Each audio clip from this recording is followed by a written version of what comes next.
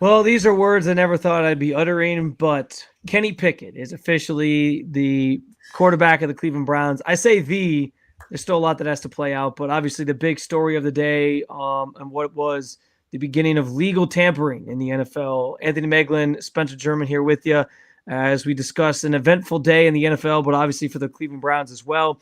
And it all starts obviously with that overarching headline that Kenny Pickett is officially coming to the Cleveland Browns. Megs, what was your initial reaction to the news? It's kind of similar to my reaction to the Myles Garrett news yesterday. Like, I didn't expect to wake up to Myles Garrett re-signing with the Browns yesterday, and I didn't expect to ever see the name Kenny Pickett on the Cleveland Browns roster. But I suppose here we are. I was kind of in disbelief when it happened, yeah, weird, right? Like, not a bad move by any means, and we'll get into why. But just so many people, me included, have talked about how bad Kenny Pickett is at playing quarterback. And now there's a very real world where there's going to be a Sunday or a second half or a third quarter where Kenny Pickett is pulling the trigger for the Cleveland Browns. And it's going to be something, man. It's a wild move. Yeah, I think you sum it up pretty well in the sense of like the last 2 days. I think it brought sort of stunning news. Nobody expected the Myles trade request to come to an end as abruptly as it did. We had just gotten the report on Friday that he was dug in, and then all of a sudden it's like, oh, no, here I am. And same thing today. I think here's what I'll say. Like, coming into Monday, I kind of anticipated, I think most Browns fans anticipated, that it would be a relatively dormant day for Cleveland. Like, I didn't think we knew they weren't really going to be in the mix for any of these top line free agents. There were some ancillary pieces, like somebody like Dre Greenlaw, for example, got signed today. I thought that was a guy that the Browns could pursue. I don't even remember what the money in that deal, but there was a few pieces where I was like, oh, okay. Braxton Berrios was another one. I thought the Browns could pursue him. He only signed for like $2 million with the Texans, so I thought that was something they should have got in on. But regardless, like, those are the types of deals I was kind of thinking, okay, well, these are the things we're going to get for the Browns. Mm-hmm. And I thought there might be a quarterback signing along the way. I thought, Justin Fields, Russell Wilson, maybe a Daniel Jones, although he's been linked to other people. I did not expect, out of left field, here comes the Kenny Pickett curveball where the Browns trade a 5th-round pick this year and Dorian Thompson-Robinson for Kenny Pickett. I guess so. As stunning, once you got past sort of the shock value of it, I think there is kind of like a thought process to go through here in terms of like what this means and what Kenny Pickett brings to the table for the Browns. What I will say is I understand. Listen, the Browns fans spent 2 years, maybe even 3 years this past year when he was in Philly, ragging on Kenny Pickett for being garbage. And to an extent, rightfully so. He did not play at a very high level in Pittsburgh, and Pittsburgh used a 1st-round pick on him. It was a miss. And, he was part of the rivalry. Like, he was hated. And now all of a sudden he comes to Cleveland, and I think Cleveland fans are trying to find like the silver lining in it after they had certain things to say about this guy as recently as 2 years ago. But I will say this, like, I do think he is an upgrade from Dorian Thompson-Robinson, and that might be all that matters here, Megs, because Kenny Pickett, I don't think, is coming here to be your starting quarterback in Cleveland. I think Kenny Pickett is coming here in sort of a reserve role, a backup role, and the Browns are not done in terms of the quarterback position. We know that from the draft, there's probably a big, the draft is probably the biggest place they're going to address this, but I think I still think they're going to add another veteran as well. Yeah, I think what Mary Kay, I believe, tweeted it out or put it out in one of her stories that, her sources were saying that the Browns are still shopping the market, right? We'll get into this in a little bit here, as you can see kind of on our sideboard here, but they're still shopping the market to add a veteran guy to be a bridge for their rookie quarterback. She dropped like a lot in a 3-line X post because she hinted at not only do the Browns have other free agents on the market or on their eyes, but also a draft pick as well. So yeah, while it is funny and there's a lot of good jokes floating around there on Twitter and on social media, like, this is not the move that convinced Myles Garrett to come back to Cleveland, right? Like, this isn't the long-term answer here. And the funny part is you mentioned that, or I guess the ironic part is you mentioned that Dorian Thompson-Robinson, that Kenny Pickett's probably an upgrade from Dorian. Well, Dorian's only win as an NFL starter was against Kenny Pickett, which is just a very funny Browns thing to be true. That DTR was 1-6 on his career as a starter, and that one win was against our new quarterback. So wild stuff, man. Just like didn't see it coming. You can't even write this. What is it?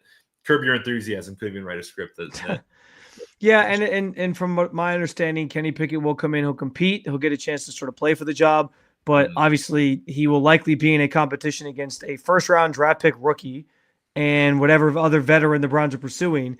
And listen, I understand where this isn't going to be the sexy quarterback move. I think we've all had to kind of reconcile with the fact that there was never going to be a sexy quarterback move for this team, no matter what it was, Kenny Pickett or otherwise. None of the options are great. None of the options are incredible. If assuming again, this is for Kenny Pickett to come in and kind of compete, be a backup, I think it's a fine move in the grand scheme of things. I think the initial shock value came from the idea that, like, if this guy's our starting quarterback, what the hell are we doing? But I don't anticipate him being the starter. And so for that reason, I don't know that I don't know that fans have to be like overly concerned with the addition of Kenny Pickett, aside from maybe having to go back and delete some old tweets that you had about him and when he was on the Pittsburgh Steelers. Yeah, like Kenny Two Gloves. Like I'm thinking about like when he does have small hands. That is very objectively small. You don't have to delete those tweets because that is objectively just a fact. Like that was for that by NFL standards, his hands were pretty small. But Spence, like here's a thought that I saw kind of floating around is like Kenny Pickett, his experience and his career in Pittsburgh. Should that be a warning sign to Cleveland, who's drafting high up in the draft? Like, if you don't love one of these guys up top, don't force it because Kenny Pickett, 20th overall pick of the Pittsburgh Steelers, and by no means was he a first round talent. It's like kind of a parable in that sense, where it's like, hey, you just brought a guy in who's kind of been floating around or could potentially be floating around, and you're in the similar position that you got two guys that have a little bit of question marks at the top of the draft, and it's a huge decision for the Browns. But I think that part's even interesting too, to look at it from that perspective. Yeah, it's a good point. And obviously he had a different experience in Philly, wins a Super Bowl in Philly. And actually, quarterback, we did. That's how we should have led the show. We probably should have. Yeah, we should have mentioned that. But yeah, I mean, and on top of that, guy who played a couple games last year in some key moments for the Eagles down the stretch of the season when Jalen Hurts was out. And, I think he looked better than he did in Pittsburgh for a stretch before he got hurt again. And that's maybe another part of this is he gets hurt quite a bit, it seems. But yeah, there's some embarrassment for fans who have to kind of walk some takes back. Maybe you don't have to walk him back. Maybe you can still think he stinks and he's just part of your team now. And, hopefully he doesn't see the field. Shoot, for all we know, this could be like, let's bring a bunch of guys in, compete, and then we trade Kenny Pickett by the trade deadline anyway. Who knows? Yeah. But yeah, it's we don't have the full picture. We don't have the full puzzle of what the Browns are going to do yet. So I can't sit back and just like rip them for this move. I think it's fine. Plus, like I said, if you're comparing it to the quarterback they traded, I think it is a slight upgrade, right? But yeah, like there is certainly some lessons that can come with somebody like Kenny Pickett for the Browns in terms of drafting a guy too early in the first round. I also, there's certain pressures that are applied as well, given that the Browns are in a situation where there's job security on the line, job status on the line. They do have to identify a quarterback in some capacity. So I think they feel pretty equipped at this point to probably take one of those top two guys at some point. With that said, we can sort of move forward into that part of the conversation just about like the continuing to survey the quarterback market, because there are still some names out there. We mentioned a few: Russell Wilson, Daniel Jones hasn't signed quite yet as of us in the show. Aaron Rodgers is still out there, although it sounds like he's going to Kenny Pickett's old team in Pittsburgh. Like we knew this was kind of be how this kind of played out, right? Like all these names are probably going to pass the Browns by. Sounds like they've at least called about Daniel Jones, but he's been more heavily linked to the Colts and the Vikings. Sam Darnold's off the board. Like I don't. What the interesting part of this all for me, Megs, in terms of the free agent market is concerned, is are the Browns going to sit and wait around to find out what the Falcons are going to do with Kirk Cousins, or are they going to sort of pounce and try to get a Daniel Jones or somebody else that's already out there and still available? Yeah. I mean, the interesting part about the whole quarterback conversation, you see a couple of these dominoes falling. Like Sam Darnold goes and signs in Seattle today, and you're starting to see the writing on the wall that Aaron Rodgers is going to potentially be a Pittsburgh Steeler. Justin Fields goes to New York, and like as these dominoes are falling, you're like, all right, what does this mean for the Browns? And you're like, we haven't even gotten there yet. Like none of these guys who have made decisions to this point have really had an influence on what the Browns are going to do, because I think the Browns are fishing in a pond that like is a little bit below even those guys, right? I think Kirk Cousins is the one that you have circled. You know, we were talking kind of pre-show here that, you know, the Daniel Jones conversation really like scares me. Obviously he beat the Browns last year, but that's not saying much. Like, I don't think he brings a lot to the table in terms of, you know, the quarterback position. But all of that said, tongue in cheek, because we saw what a good situation can do for a quarterback last year with Sam Darnold, right? Like that's the one kind of saving grace that I have in my mind is like, hey, if you do take a shot on Daniel Jones, he's still very young. You know, you do take a shot, you go trade for a backup somewhere else. Like you get a young guy in there who just needs an opportunity or needs a second chance, and you surround him by the right stuff. You get him in a stable offense, and then you can kind of see him explode, similar to what we saw in Minnesota last year. So like that's what I'm kind of like hanging on to.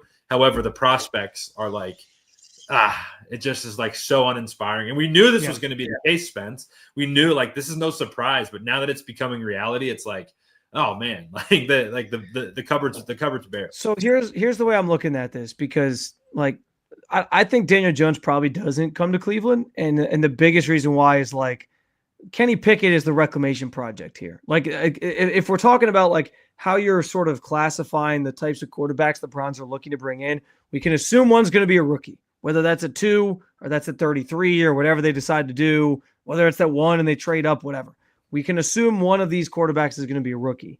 They now have Kenny Pickett, who feels like he's kind of like the reclamation project, right? Like he's the guy who went somewhere else, tried to cleanse himself. And this happens all the time. This is why I don't buy into Kenny Pickett being really much of anything, because like Mitch Trubisky went to Buffalo and then everyone tried to talk up like, oh, he sat behind Josh Allen for a year and now he's better. And then the Steelers tried it and it was terrible. Like he was still the same quarterback. And so I think the same thing applies here, where it's like, okay, Kenny Pickett, he went and cleansed himself and won a Super Bowl with the Eagles. That's cool. But do I really think he's different, that much different from the guy that was in Pittsburgh? No. I saw that play in the Eagles game where he like fell trying to throw the football. Like it was ridiculous. Like, so no, I'm not buying into the idea that Kenny Pickett is somehow, going to revive his career per se, but he is the reclamation project quarterback that Kevin Stefanski's sort of banking on, like, come play in my system and let's see if we can find something stable with you where it's structured and you kind of know what you're doing and we make your life easier. And so that's what I feel like Kenny Pickett is. I think Daniel Jones would be classified as the same thing. And I don't think the Browns are bringing in 2 quarterbacks of that same sort of idea where it's like, hey, you're coming in and we're trying to like fix your career, revive your career. I just don't think that's going to make sense. So to me, it is like you wait out the Falcons and see if Kirk Cousins is available next week when they have to cut him. Maybe you go all in and try to get Russell Wilson. Like the next layer, the missing piece when you factor in a rookie and now a reclamation project is veteran quarterback who has been around, seen some things, can sort of rub that experience off on a rookie quarterback or these younger quarterbacks. And so that's where I kind of feel like where they're going to kind of go from here. What that means remains to be seen. Maybe it's Gardner Minshew. Hell, maybe it's Joe Flacco, everyone's favorite quarterback from 2023 who led the Browns to the playoffs. But I to me, like that's how I'm sort of dividing at the room. Like I think when they talk about rebuilding this thing and making it look different, I think they're looking at 3 very specific types of quarterbacks, and they're not going to repeat any of those. Yeah, I as you're going through that, first of all, totally agree with you, and I didn't think of it like that way, or I didn't think of it like that. And real quick, I guess theoretically they could do like Kenny Pickett, Daniel Jones, and then like 2 rookies. Like you could because I think they're going to probably have 4 when camp opens up and all that. So fine, like I guess there's a world where that exists, but I just think like the next step is find a veteran guy who's kind of more established, and then if you're going to draft 2 rookies or whatever you're going to do, figure that out. Yeah, and there's a few more names like my point was, like, I don't know, when you're talking about that, I agree with you, but like the only name that kind of comes to mind is that veteran guy is Kirk Cousins. But there are a couple other names out there. I think you go in the way back machine. I don't know if you want to do this, but Jacoby Brissett's still floating around out there. Obviously Jameis Winston. I don't think we're very much so on this show like they're not bringing back Jameis. There's no way they're bringing back Jameis when the entire headline around the quarterback position this entire offseason has been, we need better decision making. We need better decision making. Like that's just that ship has sailed. So Emmanuel Acho, who tried to project all these quarterbacks out and said the Browns are going to bring back Jameis Winston, I don't know what the hell you're talking about, dude. But and like another name would have been Jimmy Garoppolo, but he resigns in Los Angeles to go hang out with his old friend Devontae Adams. Like that's going to be weird, but like that name's off the board. And even Joe Flacco, right? I think you had a great point the other night for some of the people in here who didn't see our show. I don't even know when it was, but you said like, hey, why leave Joe Flacco in 2023? Like everybody here, like that was your kind of take on it, which isn't. I don't disagree with it because it's like Joe Flacco doesn't have a lot of great football in him, right? Like he's an old guy, he's an older player, and now he's 2 years removed from that awesome season, and he didn't look all that great last year in Indianapolis. He had some big games, right? But it's going to be it'd be a hell of an ask to have him go 18 games. That's an old guy. He's going to be 40 years old. That'd be tough, but I do think if you're thinking like from a vibes perspective, if Cleveland's sitting on the board and they're like, hey, what's one way we know we're not going to win the Super Bowl next year? What's one way to like recapture our fan base? It's sign Joe Flacco, re-sign Nick Chubb, and then like at least everybody's happy and not like world's on fire like it has been the past couple weeks. And by the way, this quarterback market situation is important to keep an eye on because what happens from here what happens from here in regards to the team drafted in front of the Browns, the Titans, matters in terms of how the draft could play out. Because if the Titans miss out on all these veteran guys, that probably means that they're more likely to take a quarterback at 1 and not trade out of the spot. But if they end up with a Russell Wilson, maybe that's them signaling like, hey, we're going to bridge the gap for a year and then talk about quarterback next year. And I've said this before, but like the Titans are in this weird situation where they have to balance two different timelines. Their coach is in his year 2, GM's in year 1. They might not have the same priorities in terms of what they want to do. And so, I kind of find that interesting. But keep an eye on that because that affects what the Browns can then do with their potential drafting of a rookie, as well as affects like if there's certain quarterbacks available for them to sign right now. And what would really be interesting, honestly, Megs, is like if Kirk Cousins is cut. I've seen reports that both the Titans and the Browns are going to show interest in them. So they could be fighting over like the same veteran quarterback and the same rookie quarterback, which would kind of be like a fascinating storyline of like who misses out on who and then who gets the spoils when it comes draft time. And the leverage has to be in Tennessee because like, if they can sign, Kirk Cousins, they have the first then pick in the draft. So they can either trade that out to somebody else if they want to, or they just go pick their guy. And that kind of leaves Cleveland just kind of waiting around and being reactionary as opposed to proaction, which, it's tough being in that number 2 spot when you need something and the team above you also needs the same thing. It makes it really challenging. I hinted at it a couple weeks ago at the Combine show. And it's like Cleveland was in this position in 2016. They were going to go get Jared Goff. The Rams jumped them to go get Jared Goff. They missed out on Jared Goff. They traded back. They ended up taking Corey Coleman. It's like sliding doors, man, like sliding doors. Like if you're going to be aggressive, go do it. Go be aggressive and go get your guy. But it's going to be really interesting to see how Kirk Cousins is the initial chess piece that starts getting this thing flowing. Yeah, and it sounds like Daniel Jones is the initial chess piece right now. But the looming potential decision for Kirk Cousins and whether or not the Falcons are going to pay his bonus that he's due on Monday, I think it is kind of a big one. And like that's going to be, as the dust sort of settles on the first week of free agency, that's going to be the next big thing that everyone's kind of got eyes on in terms of the quarterback market. Let's move on to another big piece of Browns news that happened today after the Kenny Pickett trade. We got the news that the Browns are going to cut Dalvin Tomlinson, and they designated him as a June 1st designation, which is important because you can only do that twice. You can only have 2 June 1st designations in any given offseason. So Juan Thornhill was the first one. Dalvin Tomlinson is the second. He was due a roster bonus on Monday, I believe, of $750,000, which obviously, I guess it was two $750,000 roster bonuses. So total of, what is that, 1.5 million. Math guy right there. No, not at all. I got lucky on that one. So like you save a little bit of money there because they designate him as a June 1st cut. It allows the Browns to spread his dead cap hit because he does have a couple void years here tacked on to his deal. And so releasing him post June 1 means that the Browns can eat $5 million of his dead cap this year. They have to eat $12 million next year, but they save $6 million this year as well. So that's some extra cap space that they'll have. That won't take effect until June. Like they don't have that right now. His contract is still technically on their books at the moment.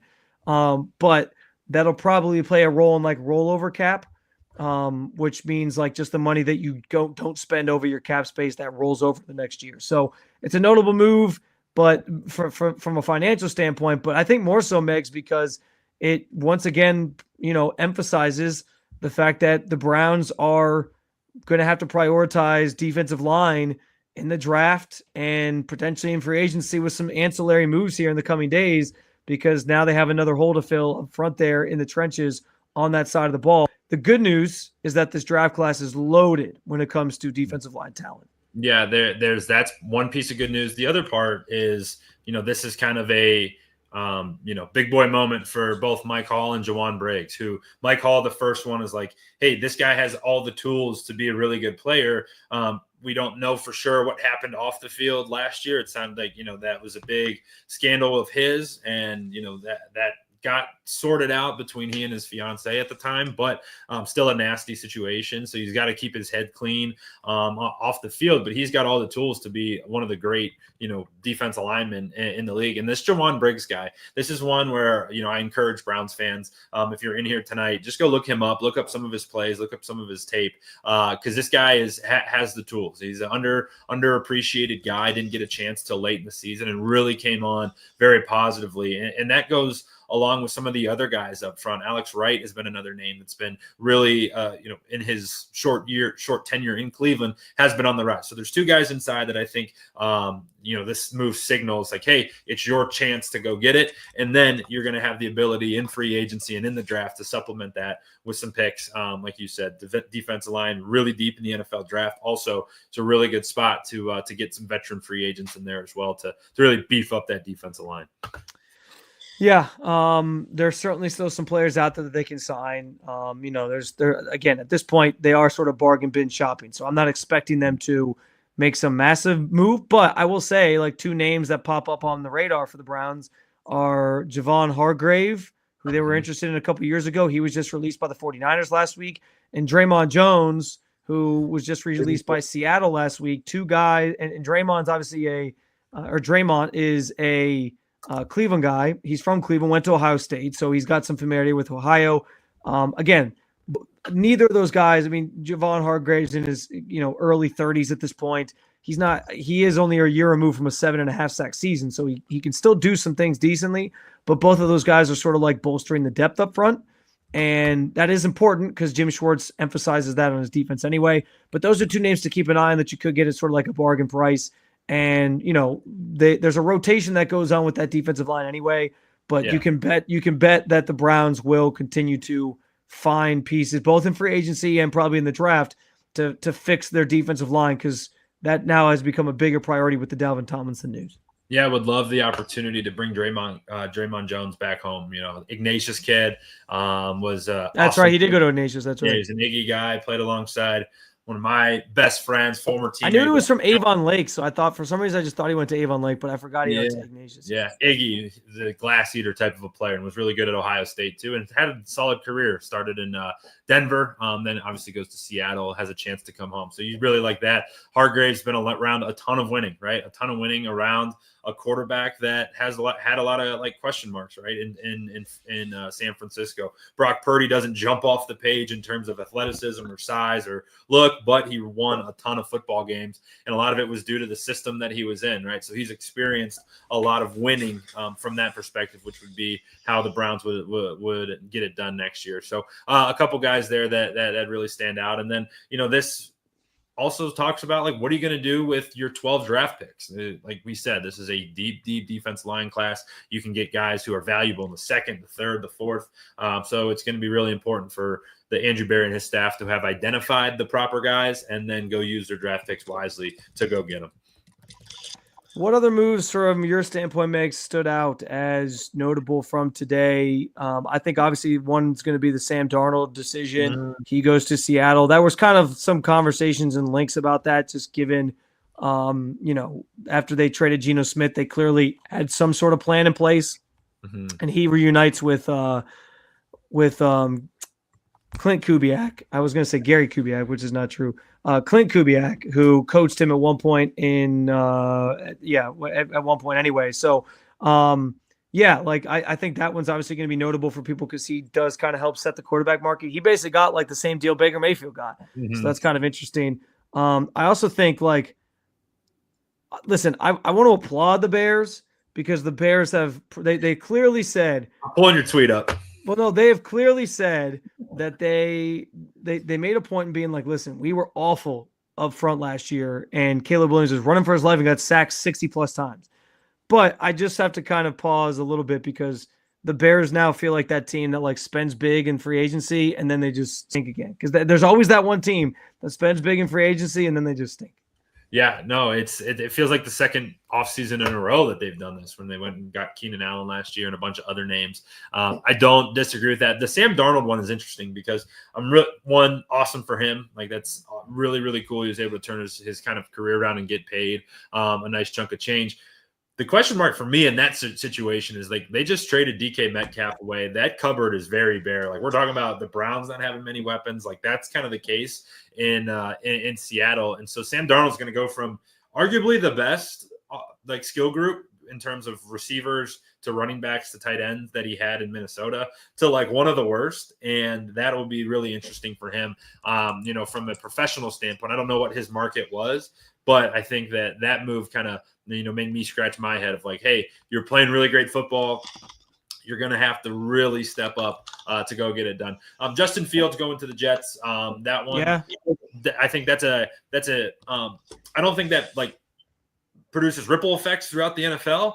I think it does. I think it does because what does that mean for Pittsburgh, right? Like that to me is the biggest thing. And from a Browns lens, people are going to care about what Pittsburgh does now. And it sounds like Pittsburgh could be signing Aaron Rodgers here, which is, I think, something we can talk about for day 2 expectations. But yeah, I was going to say, so like that's the one to me where in my brain, it's like Aaron Rodgers is a Pittsburgh Steeler. And that doesn't sit well with me. We'll get to that in a minute. I'll put that off for just a second. But DK Metcalf, we didn't talk about that. We weren't on last night. We didn't talk about that trade. That's awesome trade, I think, for Pittsburgh. If they can keep him in I mean, they got the most volatile receiver room in the sport now, so that'll be sort of fun to watch. Dude, it's volatile as hell, but if they can figure out how to be friends and like go together, which no reason they can't be. Like, hey, DK, run straight and fast. Hey, George, run straight and fast. Hey, quarterback, pick one, throw it, and it's a touchdown every single time. Like, I thought Josh Sweat going to the Cardinals was a pretty big deal. Mm-hmm. Dude, hey, what's going on in New England? They're spending some money. They are spending some money. Mike Vrabel's trying to rebuild that defense, and you can tell where his area of emphasis is. He's building in the trenches as well. So that was pretty notable. Also, the Commanders have been wheeling and dealing. They got Deebo Samuel, obviously. Then they traded today for Laremy Tunsil from the Texans, which was a surprising move because everyone was like, CJ Stroud struggled last year. Like, why would you trade one of his best offensive linemen and make that line worse? So I thought that was kind of interesting. They signed Bobby Wagner. They retained a bunch of guys. So clearly, like, the Commanders, I think, are making smart moves. Like, whereas I'm not saying the Bears are making dumb moves necessarily, but like where the Bears are just signing everybody to fix a problem, like the Commanders are sort of targeted. Like, here's some things we're going to do, and we're going to try to get our team over the top. So I think their decisions have been sort of more direct. And yeah, I think the Commanders are a team to sort of not that. I mean, they arrived when they made it to the NFC Championship game, but they're certainly trying to follow that up with a repeat performance. And maybe even a bigger, Super Bowl run if they can make the right decisions here in the offseason.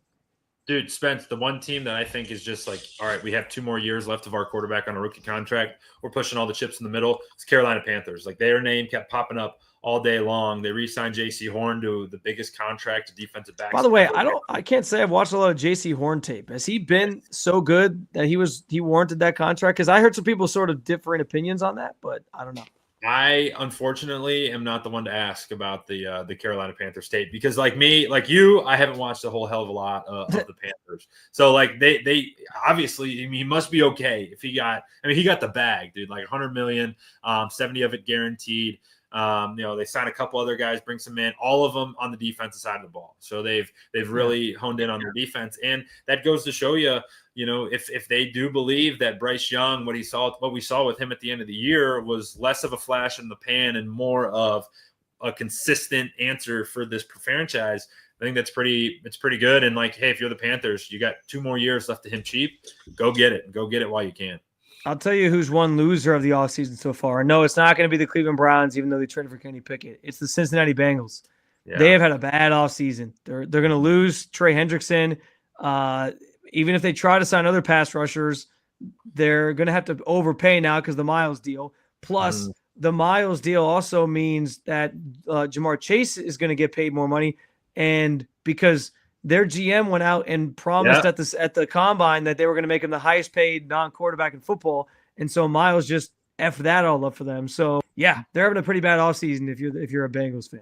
Dude, that clip was unbelievable. And it's like, if you're Jamar Chase and you're Jamar Chase's agent, you're like, I'm just going to bring this into the negotiation and rewind it. And he's subtweeting the team and all that. Dude. Like, And Spence, excuse me. Sorry. Shout out Spence. Shout out our boy.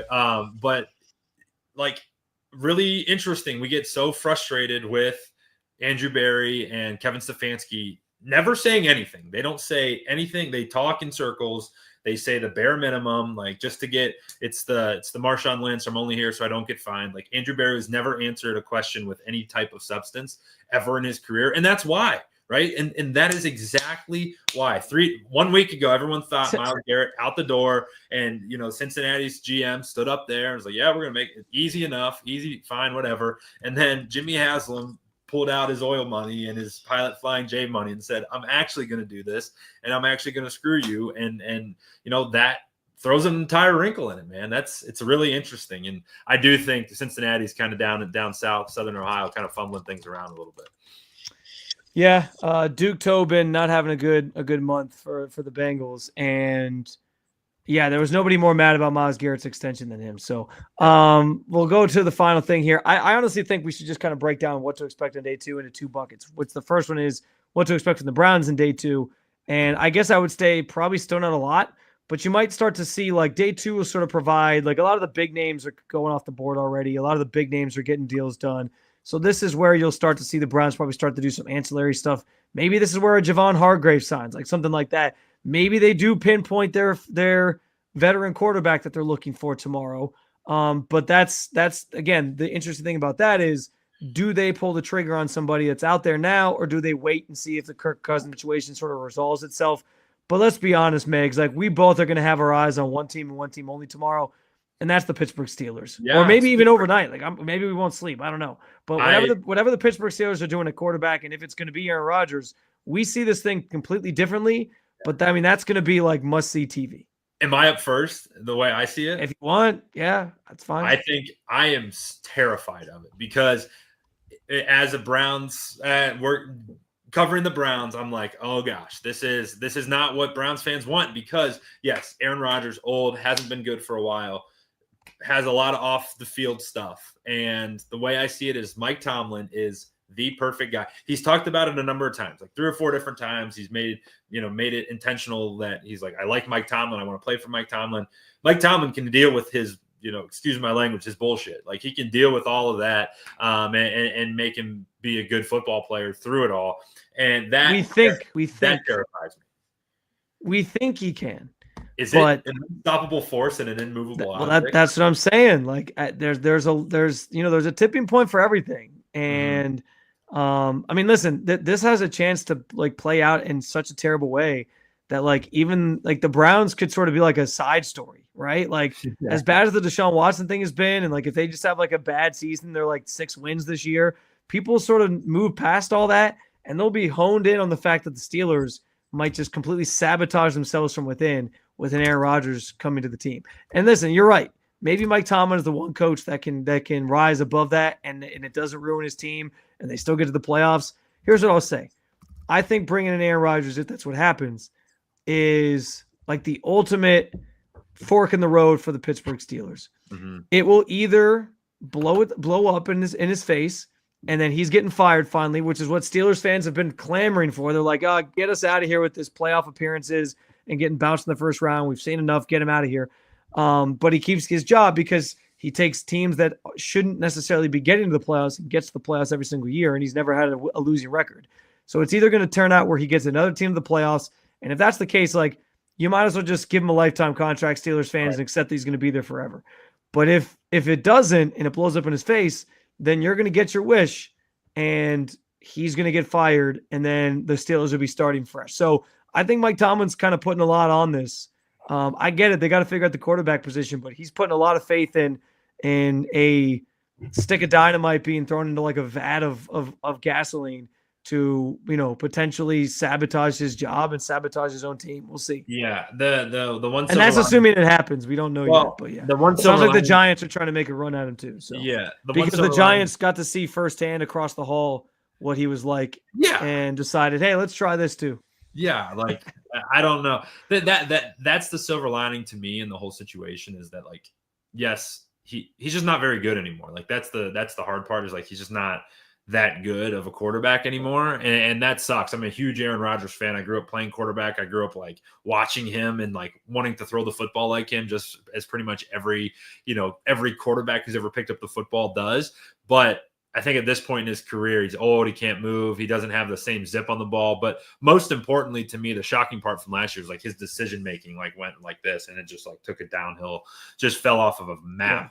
Yeah. So I know he played a little bit better down the stretch of the season last year, and that's the thing everybody pointed to, but it still wasn't very good. And I just don't know, like the Steelers are going to put their faith in this guy who's as like toxic as they come. Okay, good luck. You're going to put that coach to the test. And how funny is it that, like, big picture wise, he beat the Steelers in 2011 in that Super Bowl, and then he'll end his career as the Pittsburgh quarterback. I think that'd be a pretty interesting storyline there. The storyline I really want, Megs, is I want him to go to the Vikings because then it completes the Brett Favre storyline arc, and I need that in my life because what the best part about that for me is that Aaron Rodgers tried so hard not to be like Brett Favre. He was like, I'm not going to be like Brett Favre. He treated me like shit, so I'm not going to be like that. And then he would follow the exact same trajectory as Brett Favre. And then one day we'll be reading about him in the paper stealing welfare money from people. Who knows? We'll leave that there. We appreciate you guys stopping by and hanging out with us tonight to talk about the Browns' biggest move of the day, which, of course, was the Kenny Pickett trade, along with some of the ancillary stuff and some other things going on around the NFL. We have a ton of written content up at si.com/NFL/Browns from today. Reading glasses on, go there. Yeah, there's a bunch of stuff. The last time I checked, I had published a piece on there for tonight, but there might be somebody else who done something since, where I sort of highlighted 6 players that the Browns that are still on the board. The Browns could target in free agency, so that's available to you starting your day for tomorrow, or it's up there now, but you can read it ahead of tomorrow if you want to get a sense of some names that are out there, and some of those names we mentioned on this show, by the way. You can also please subscribe to this channel where you can get all your Cleveland Browns content and stay in the loop with more stuff like this, videos from Megs and I throughout the offseason, but also post-game comments and all those different things, press conferences from the offseason, anything that you could need Cleveland Browns-wise, we've got you covered. So appreciate you stopping on by. For Anthony Moeglin, I am Spencer German. Day 2 of free agency looms. Technically, it's day 2 of legal tampering. It's not technically the start of free agency, but we all know it's just semantics. It's just semantics. Day 2 of free agency essentially starts tomorrow, and I'm sure we'll have plenty more to talk about. Until then, take care of yourselves and keep on following along with your favorite football team with the Cleveland Browns on SI.